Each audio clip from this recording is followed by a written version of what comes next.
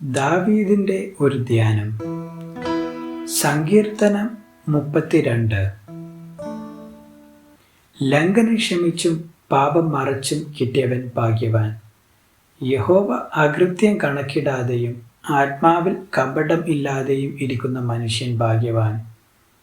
ഞാൻ മിണ്ടാതെ ഇരുന്നപ്പോൾ നിത്യമായ ഞരക്കത്താൽ എൻ്റെ അസ്ഥികൾ ക്ഷയിച്ചു പോയി. രാവും പകലും നിന്റെ കൈ എൻ്റെ മേൽ ഭാരമായിരുന്നു. എൻ്റെ മജ്ജ വേനൽക്കാലത്തിലെ ഉഷ്ണത്താൽ എന്ന പോലെ വറ്റിപ്പോയി. ഞാൻ എൻ്റെ പാപം നിന്നോടറിയിച്ചു, എൻ്റെ അകൃത്യം മറച്ചതുമില്ല. എൻ്റെ ലംഘനങ്ങളെ യഹോവയോട് ഏറ്റുപറയും എന്ന് ഞാൻ പറഞ്ഞു.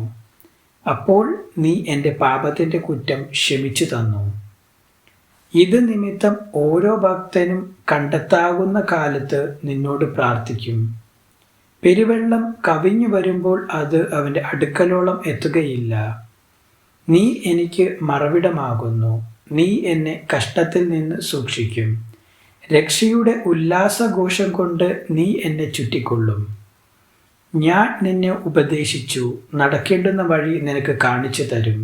ഞാൻ നിന്റെ മേൽ ദൃഷ്ടി വെച്ച് നിനക്ക് ആലോചന പറഞ്ഞു തരും. നിങ്ങൾ ബുദ്ധിയില്ലാത്ത കുതിരയെയും കോവർ കഴുതയെയും പോലെ ആകരുത്.